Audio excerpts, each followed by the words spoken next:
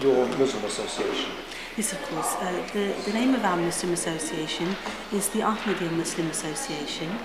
It was founded in 1889, and the name of the founder of our community was Hazrat Mirza Ghulam Ahmad, on whom be peace, and he lived in Qadian.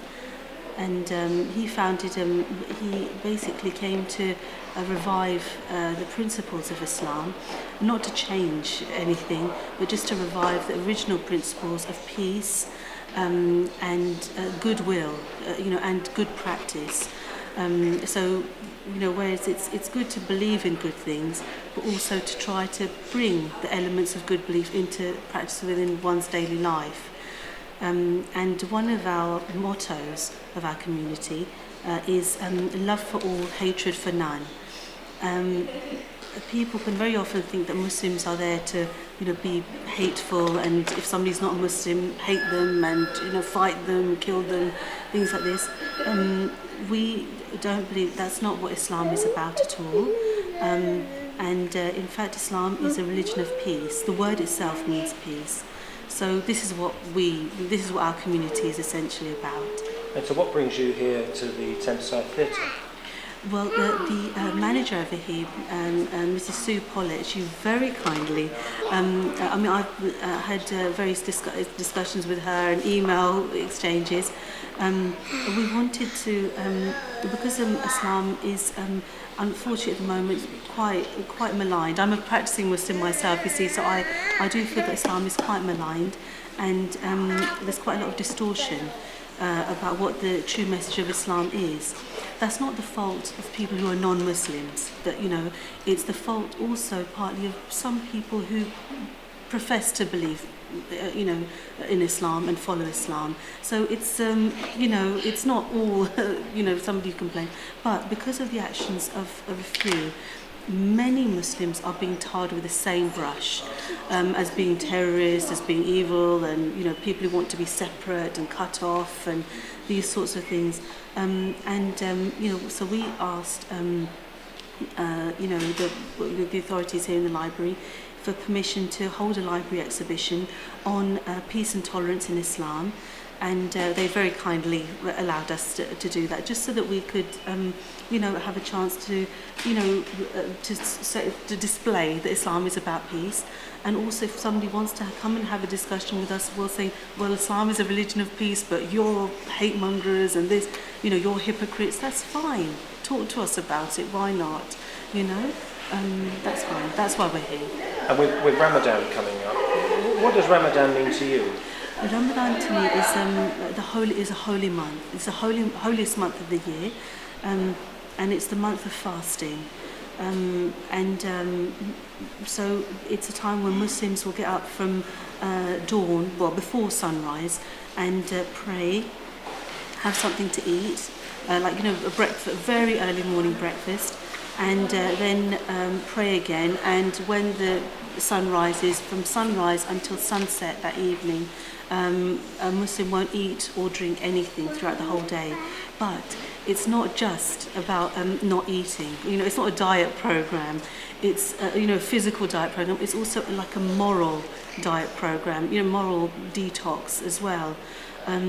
Because it's not just in Islam. It's not that God doesn't just want you to stay hungry and stay thirsty. What's the point of that? I mean, there is a point of that, because it teaches a person compassion, just as Lent has taught Christians a great deal of compassion, giving up of something, the spirit of sacrifice, understanding how people who through no fault of their own may be hungry or thirsty. So that's why in Christianity you'll see there's been a great tradition of a lot of charity and things, because it's been produced by practices such as fasting during Lent, and all the main religions all follow fasting in some form. But for Muslims as well, it's not just keeping hungry and keeping thirsty. It's also remembering to follow good practice. Don't swear. I know that sounds like a very basic thing, but try to improve yourself. Any ills. Each person, I'm not here to point to anybody, or you've got this ill. Each person has a has been gifted by, we believe, has been gifted by God with a conscience. Some people would call that, like their morality. Some people would just call that, good sense. Different people call it different things, but it just refers to the same value, the same concept. That each person themselves knows what how I can improve. There's these areas that I'm not so good at. Let me try and push myself forward. So the month of Ramadan, the founder, the prophet, our holy prophet Muhammad, peace be upon him, he taught that during the month of Ramadan, the devil is like a very value, it's a very loaded term. It's not a devil, the little man with a red costume and a forked tail, but devil, any the evil or the things that incite somebody towards doing bad things, or forces of temptation, things like that.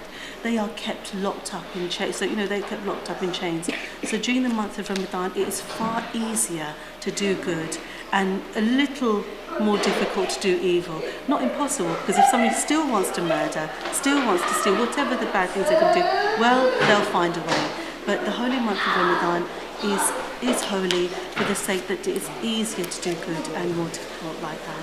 One of the posters behind you says, "Does Islam oppress or liberate women?" What's your answer? Well, I think my answer is obvious. Some people say, well, Muslims are hypocrites. They say about peace and they don't. But I believe that that Islam is the truth. Otherwise, I wouldn't be Muslim myself. And yes, of course I believe that it liberates women. I think maybe you'll see that I'm covered and everything like this. This is my husband here next to me. My husband hasn't forced me at all, believe me. This is my choice, but not something that I'm going to force on somebody else. Say, oh, you must cover, you must do this. I believe that this is the right way. So I believe that this is how I should practice during my daily life. Islam is also, any scholar of religion would know that Islam is one of the religions that gave women rights. Rights, just for example, rights of property, rights to divorce. I mean, we don't want to say, oh, well, let's go and have divorces, but, rights, in settlements, it's in the religion, the rights are there. Before Islam, there was a very evil practice that women, when a girl child was born into a family, the father, his face would darken with shame. He'd be like, God, how awful! How will I show my face in society? It was a daughter being born was something awful. But the Holy Prophet of Islam, he taught that a daughter, not a son. I'm sorry, this is sexist in some way, and I'm sorry you're a man, my husband's a, but it's maybe a little bit of positive discrimination, perhaps you could say. But a son doesn't open the gateways of paradise for his parents. A daughter does. But it doesn't mean that you treat the daughter like dirt. You treat the daughter well. You educate her. You give her a good training. You treat her with respect. That daughter, the way you've treated your daughter, that is one of them. There are many ways for the doors of paradise to be open for a person, and that is one of them.